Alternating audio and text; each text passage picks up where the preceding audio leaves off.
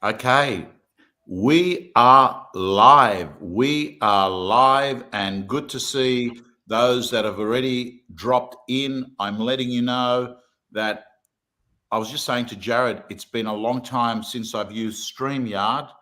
However, I thought today we need to get the message out on Facebook, LinkedIn, YouTube, X. So it's everywhere. And we're going to make sure that we're going to get this recording, and we're going to put this recording up on TikTok and Instagram. Good to see you all that are coming in. The gentleman on my right, Jared Zach, who is probably in Australia doing more conveyancing than any other conveyancing or legal firm. And we obviously in real estate have a lot to do with the law, and there are always changes being had. And there's no better person than having Jared join us today. Jared, how you going? Very good, Mr. Panelist. Good to see you. Good to see you too. Good to see you too. And I'm pretty excited because I normally spend my time telling real estate agents how to make more money. You spend your time making sure real estate agents stay out of jail. So, That's right. So together, they both serve an important piece for those in the real estate industry. However, today I know that because we're going on social media, I know that, Jared, that a lot of the people that do watch this as well are consumers that are interested in real estate. So, tell me very, very briefly, just give people a brief introduction of who you are, what you do, just for 30 seconds. Then I want to move straight into this hot tip that you've got, which is how you can actually be confidential in your names of the buyer, name of the seller, and the price that a property gets sold for, because a lot of people do want to keep it confidential. And there's a view out there that you can't, that it's going to go on to the records at Lands Titles, and anyone that's using RP data or Price Finder or PropTrack or any of those can easily get it. So before we answer that, Jared, where's your firm and what areas do you operate in? That's hot off the press too, Tom. This is an exclusive to your guys, so look forward to that. So Jared Zach, I'm a solicitor and founder of Dot & Crossett, conveyancers plus solicitors. We're Australia-wide. We're one of the largest conveyancing companies, as you kindly referred to. That's pretty much it. So I've been on your shows before, which I really appreciated. I've got, just to sort of jump straight to that topic, because I'm a little bit excited about it, but it's not tested just yet. But so I want to give people the background, and that is that what Jared is about to release to us is that how you can actually hide who bought, who sold, how much. No. There's two prongs to it. What I think I've worked out, and it's at least with the New South Wales Land Registry, is how to conceal the price. There has always been a way to conceal sort of the identities who are buying and selling, and that's through companies and trusts. There's nothing new there. If you want to buy through a company, with different shareholders and a trust, you can normally sort of obstruct most people's view as to who's buying it. Sometimes, as I might get to later, the more you try and hide things, the more journalists and busybodies delve deeper. That's a different point. But I've always been asked by so many people, and you must have been asked it before when you've been agent or what you've seen after an auction. You must have seen buyers or sellers race straight up to the auctioneer's table and say, "Can we keep the price private?" You've had that before, haven't you? Yeah, that happens regularly. We get it a lot. And I was thinking about it before this call. A lot of it is just people trying to be private and just trying to be discreet. But some of it is actually strategic. Someone told me the other day, I had a guy who bought something at auction, and he was absolutely adamant that he wanted to keep the price confidential. And I sort of quizzed him. I said, look, why does it matter? It all comes out in the wash at the end. It's going to be published at the Land Registry. At least I thought that at that time. We'll come back to that. But he actually had a really good point. He said, well, no, I'm also going to be selling my property, right, to purchase this property. I don't want buyers out there to have any information at all that gives them an advantage, that thinks that I'm distressed. I don't want them thinking that, I've got this $3 million purchase that I'm committed to in 90 days time and using that for leverage in negotiations. That kind of made sense to me. I was like, oh, yeah, I kind of see where you're coming from.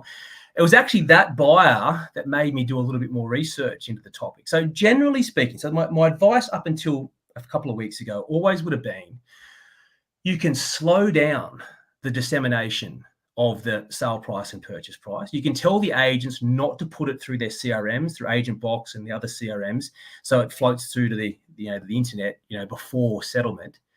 But come what may, at settlement, your conveyancer or your solicitor is going to have to register the transfer document and another document called an electronic notice of sale. And on that particular document, you have to put the purchase price and sale price.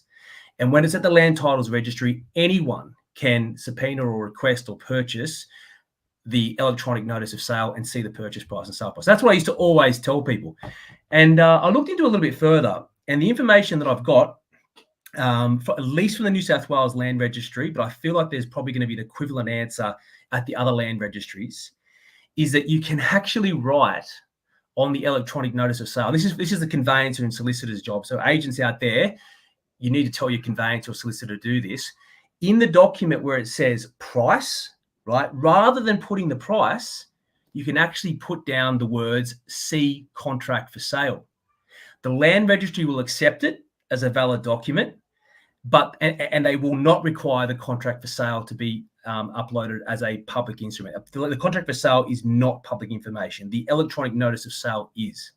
So there you go. That is the way you get away, apparently.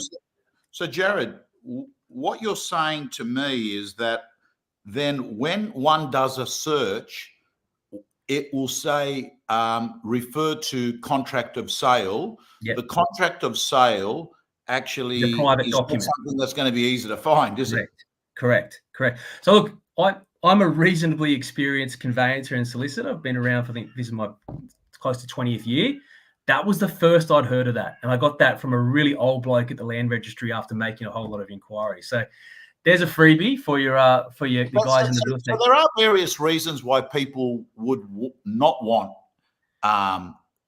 it to be disclosed. Yeah, I mean, there's good. I always thought it was people just being a little bit overly private, a little bit precious. But then, as I said to you, that example of that buyer who did not want people to know that, because he's going to be a vendor, he did not want people to know, or he's already committed to a price at this level, and then start to factor it into negotiations. I'll tell you one thing, Tom. I won't reveal his name, but I know a buyer's agent operating in Sydney, and he targets exclusively. He goes to target vendors who he knows through public information available has actually bought and committed to a property. It's a brilliant strategy. I won't reveal his name, but he's out there. He's got a little niche there, and he will just basically say, I think I've got an opportunity here to get this for lower than market, because I know through information that I've gone and researched that he's actually committed to a sale at this price. So he's going to be upset with me now when he watches this. Hey, well, listen. So, team, let's just go over that very quickly. If you don't want price to appear, you want to keep it confidential, you instruct the solicitor to put down no price, and they'll know where they've got to do that, and to put down as per contract, and then it permanently will not be up there on the records. That's right. That's exactly right. Now, just be very, very careful. What we're dealing with here is what happens at the land registry. Your agents out there need to be very careful what they put into their CRMs. I can't comment on that, but I have had many, many experiences with my agent friends where we have all sat around a table with buyer and seller and said, yep, we're going to suppress the purchase price and the sale price. And they've all intended to do that. But going home on the Saturday afternoon when they've typed the information into, I don't know what it is, Agent Box, whatever they do, when they've pressed submit, thinking that's all kept internally, it's gone into the Ethernet, and next minute it's on REA or it's on sort of CoreLogic and that kind of thing. So you got to be very, very careful, you guys, what you're putting into your systems and where that data goes. So okay. Now, Jared, I want to move on to another topic that keeps coming up, and I need to get your view on it. And that is, well, real estate agents find it like getting listings is pretty much their operating philosophy day in, day out. Saturday, even a Saturday, they're at open for inspections. They're still looking for potential sellers at the open.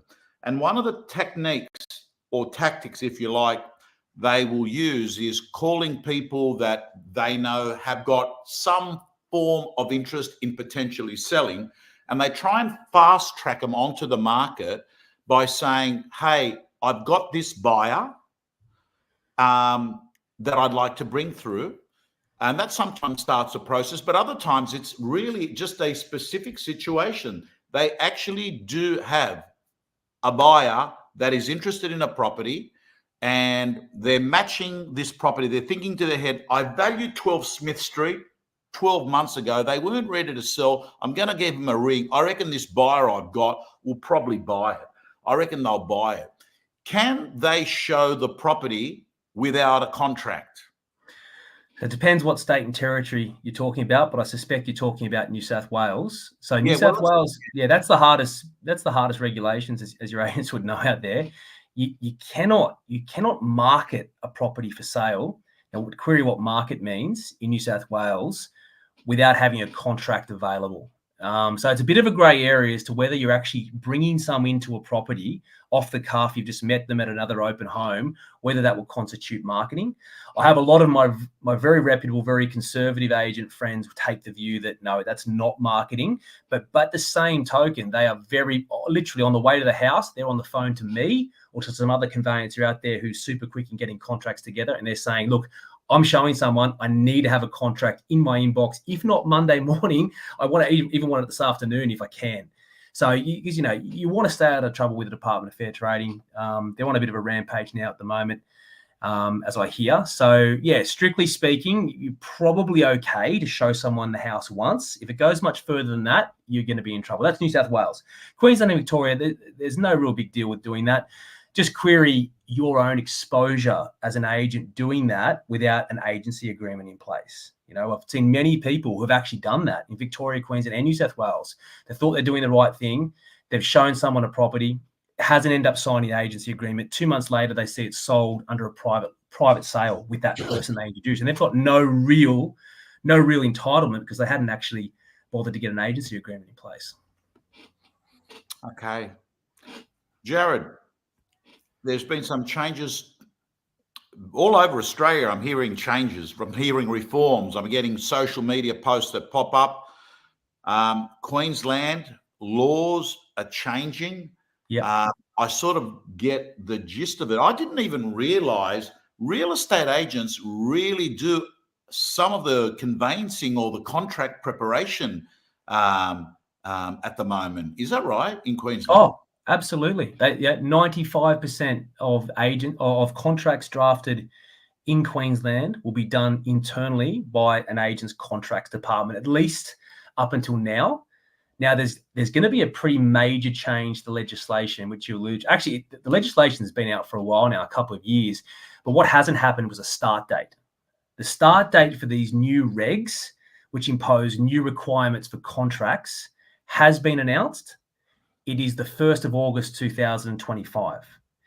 Now, so from 1st of August 2025 in Queensland, those incy-wincy contracts in Queensland, which are drafted by agents, I only say that relative to New South Wales where there's these massive complex things, those incy-wincy contracts are now going to be a lot bigger. There's going to be a lot of mandatory disclosure, very, very similar to the New South Wales regime. You need title searches, you need plan documents, you need pool certificates. You need a whole lot of stuff there that needs to go into these contracts. The cost alone, I'm talking about the actual cost, not the labour cost. The cost to purchase these certificates are going to be at least $200 to $300 per contract. Contrast that with the cost now, which is probably close to zero, apart from the REQI sort of standard copyrighted contract. So you got that cost. But here's the really scary thing for your agents out there. And I'd love to, if anyone's online and you want to comment or shoot through, I'd love to hear your feedback because I really want to hear from Queensland agents. Here's the scary thing. Apart from the cost, the actual cost, the labour cost, there's going to be significant liability that whoever's drafting the contract is going to incur because just like New South Wales, if you miss off one of these mandatory disclosure documents out of your Queensland contracts, the buyer can pull out of the contract. And it's actually worse than New South Wales, because the New South Wales agents online will tell you that a buyer has a right of rescission for 14 days if a pool certificate's missing or a sewer diagram's missing. In Queensland, the right of rescission, as I read the regulations, is right up until settlement. So you could get a buyer who gets cold feet, right, day before settlement, and he could go through the contract and go, oh, look, you're missing a title search, or you're missing a set of bylaws or something like that. Can pull out, no questions asked, no deposit forfeited. And if the vendor's committed to other purchases down the line, guess what? Someone's getting sued. And it's going to probably be the agent if the agent's drafting the contract. What are the ramifications of this for the Queensland agents? Right. I'd love to know. I mean, I've spoken to a few agents. Some agents have said, and very respectable agents and very, very proficient agents said, look, we have been drafting contracts for years and years. We have got very, very good people in our contracts department. They're essentially would hold down a job as a paralegal in any law firm, and we've got absolute confidence they'll take on this new challenge. That's been the attitude of some agents. Other agents have said, yeah, we don't want to take that on. That's a lot. You know, we're struggling to pay the whatever it is, the 80 grand a year for our contracts, sort of head of contracts already. This is now, we're going to probably have to add 2 more people into that department and take on the liability. We don't know what to do. We think we'll probably outsource it to a conveyancer or a solicitor. And I'd certainly have my hand up for that. And the third category of person has said, Jared, it's November 2024. We're just trying to get through the end of the year. We'll think about it in January. It's actually most people are saying that. I'll just bring it, Jared. I'll bring up your details. Those of you that are in Queensland and want to discuss that further. Yeah, I'd love to have a chat with you. Yeah, business aside, I want to know what you guys are thinking, how you think you're going to solve it. Because I just fear, because we're all so busy, I just fear we're going to get to sort of May, June next year, and people are going to go, yeah, we haven't realised what a big task is. It is a massive change in legislation, huge, the biggest in Queensland, I think, for the last decade at least. So that's very interesting. But yeah, that's the big change in Queensland. Okay, and there've been changes in Victoria. Yeah, there have been really big changes. So it looks like Victoria has been pretty progressive on the stamp duty front. Obviously, that market, potentially in a bit of the doldrums as far as I'm reading, at least relative to the other states. They made some pretty big changes to stamp duty in June or July this year in the commercial space.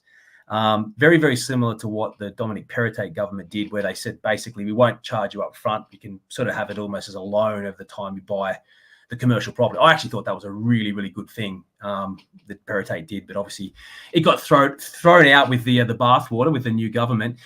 So Victoria took that idea similarly and added it to commercial property. Now they've done something very, very well. They've done something different, but also quite innovative in the residential off the plan market. So that market is struggling, as you know, in Victoria. There's a lot of apartments out there. There's probably not too many builders or developers keen to get into that space and keep building, just given the prices we've got at the moment. So what they've said is there is a new stamp duty concession.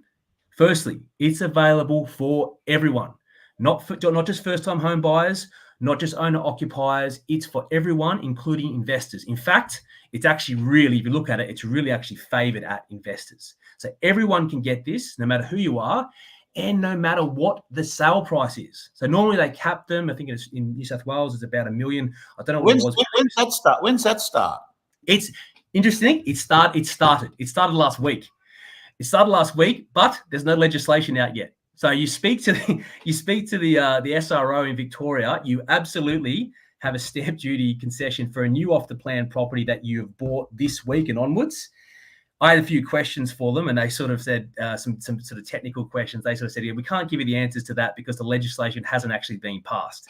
Now that sounds ridiculous, but it's not unusual. That is sort of how the governments operate. They'll announce these big policies, which you probably have to take them on their word that it is going to come out, and the legislation follows a few weeks, sometimes a couple of months after the announcement. So it seems reasonably clear. I had a bit of a question. So just to be clear what the concession is, it's not stamp duty exemption. What they'll do is they will charge your stamp duty when you buy an off-the-plan apartment. They will charge it on the value of the land, not the value of the improved land with apartment on it. So if you think about it, what an apartment is, it really is. The land size is de minimis, really. It's probably 1/10. I'm just back of the envelope of the actual value of the property. The rest is the actual apartment structure. So you'll be paying a significant saving. Massive. There was some stats I was reading online. For an average sort of, I think it was $1 million apartment for anyone. Again, don't remember, don't forget. $28,000 was the back of the envelope sort of saving that people would have. I think it was a $55 million overall investment that the Victoria government has sort of costed it as. So it's a significant thing. So I can see, Jared, it sounds like they're doing a little bit of a, hey, we may have gone too hard with our taxes and we may have gone a little bit too hard in the way that we've treated investors.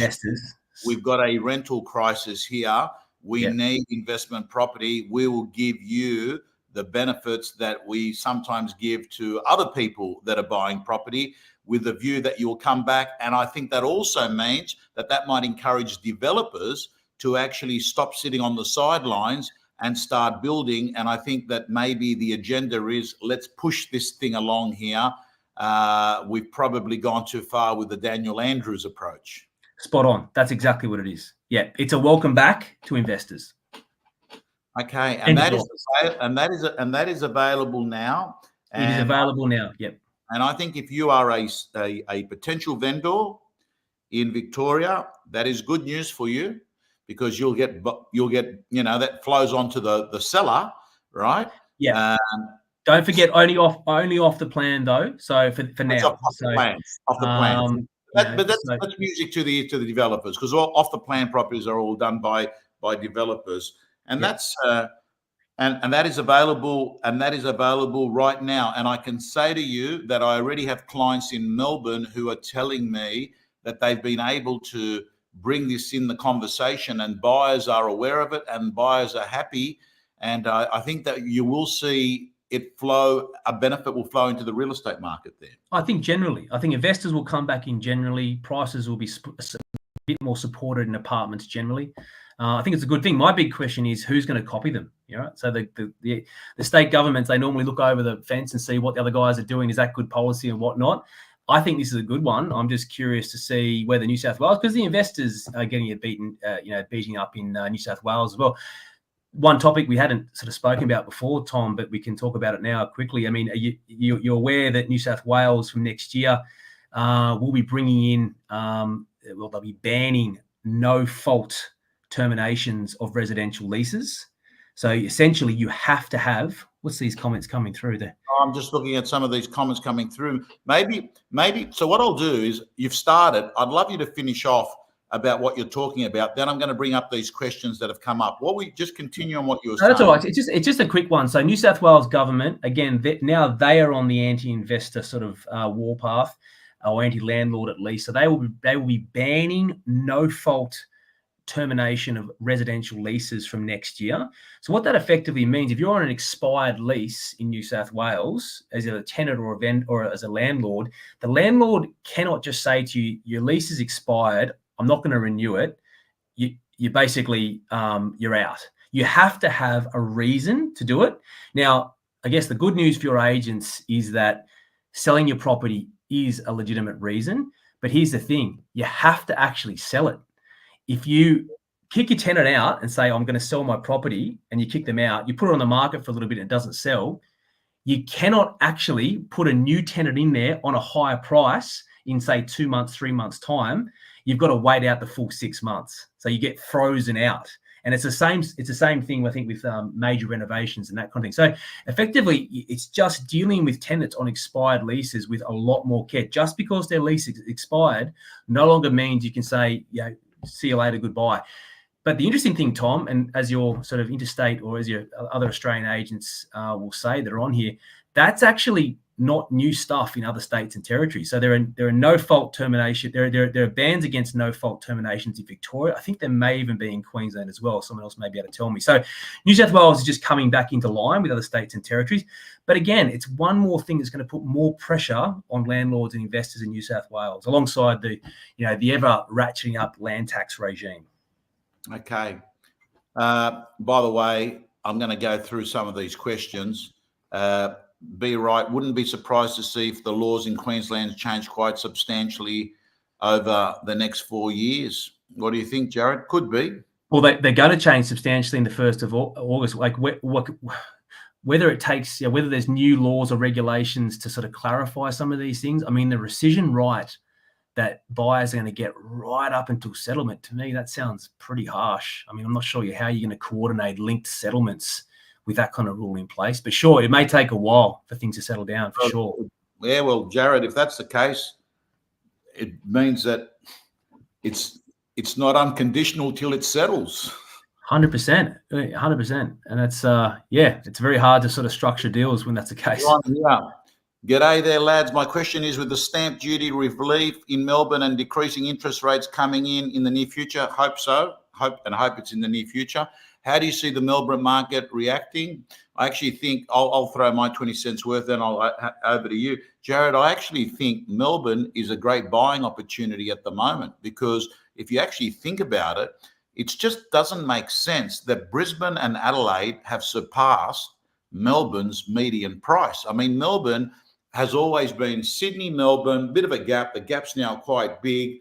Yes, it had the COVID, Dan Andrews effect. A lot of people have left Victoria, gone to Queensland.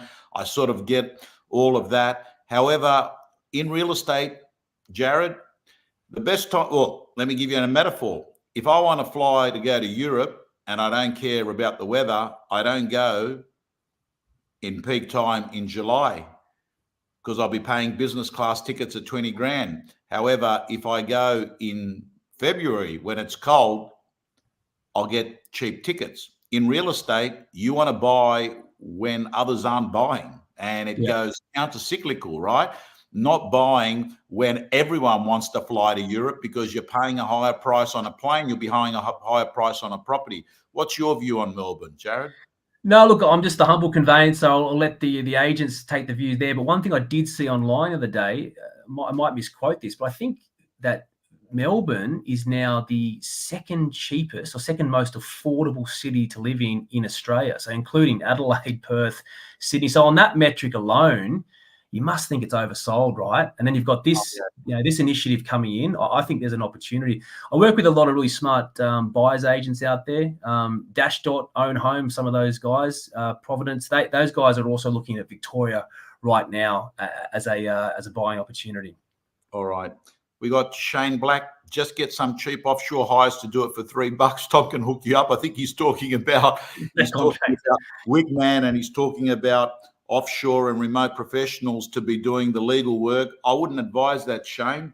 There are certain things that I think offshore is great at, and it's really cost effective, but one of them is not going to a listing presentation, and one of them is probably not actually producing I mean, I'll be fascinated, Jared, I'll be really fascinated to see how real estate agents go about this, this Queensland. But I really don't think, with so much at stake, you have to nail this. This is not going to be an experiment where we're going to look at getting cheap labor to do it.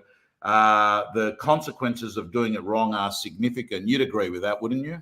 Well, you got to think Queensland's the exception, right? In every other state and territory, the contracts are drafted by solicitors or conveyancers. And Queensland has just stood out for a long time as just being different for some reason. And I guess it's worked okay while the consequences haven't been large, and while the cost of putting the contracts together and the complexity hasn't been there. But that's now going to change. So, I can't see agents really wanting to do this anymore. So we got the comment from South Australia, Andy Chef. How can you not renew the lease with the current tenants? What a joke. You can only kick them out if family is moving in, and you can't sell within 6 months. So if New South Wales does this, do you know anything on that? Well, look, I'm not an expert on sort of leasing laws in SA, but I do know that New South Wales for a long time has been probably the most lenient on these things. The other states, SA, Victoria, it's been pretty hard for landlords the last few years. So he's probably alluding to probably even more stricter rules when it comes to sort of evicting tenants in SA. That's what I'm referring to. And then a comment from a mortgage broker saying there are clients already looking to upgrade their home. I think he's referring to, I don't know, maybe he's referring to what's going on in in Victoria with the stamp. It might be Victoria, because don't forget, it's available for anyone. It's not a first-time home buyer thing anymore. It's for everyone. If you want a really nice penthouse apartment, you know, in somewhere nice in Victoria, now might be the time. So, Jared, absolute pleasure. And I am letting you know, you can get a hold of Jared there. While I'm at it, Jared, I really do want to get you in regularly as a, let's call it the doctor lawyer, answering various questions for the pundits. And those of you, I'm letting you know, Susan has officially opened up the real estate gym today. We are on a membership drive from now to Christmas for our 2025 real estate gym membership. Jared, an absolute privilege to have you on. Good to see you again. Those of you that want more of Jared, this is where you find him. Shoot me a text. Told me he's happy to be contacted on his mobile phone. He's just said he wants to just send him a text. Jared Zach, dot and cross it. Thank you so much. Thank you, Tom. Good to see you. Catch you later. Have a good night. Thank you. See you all. Bye-bye.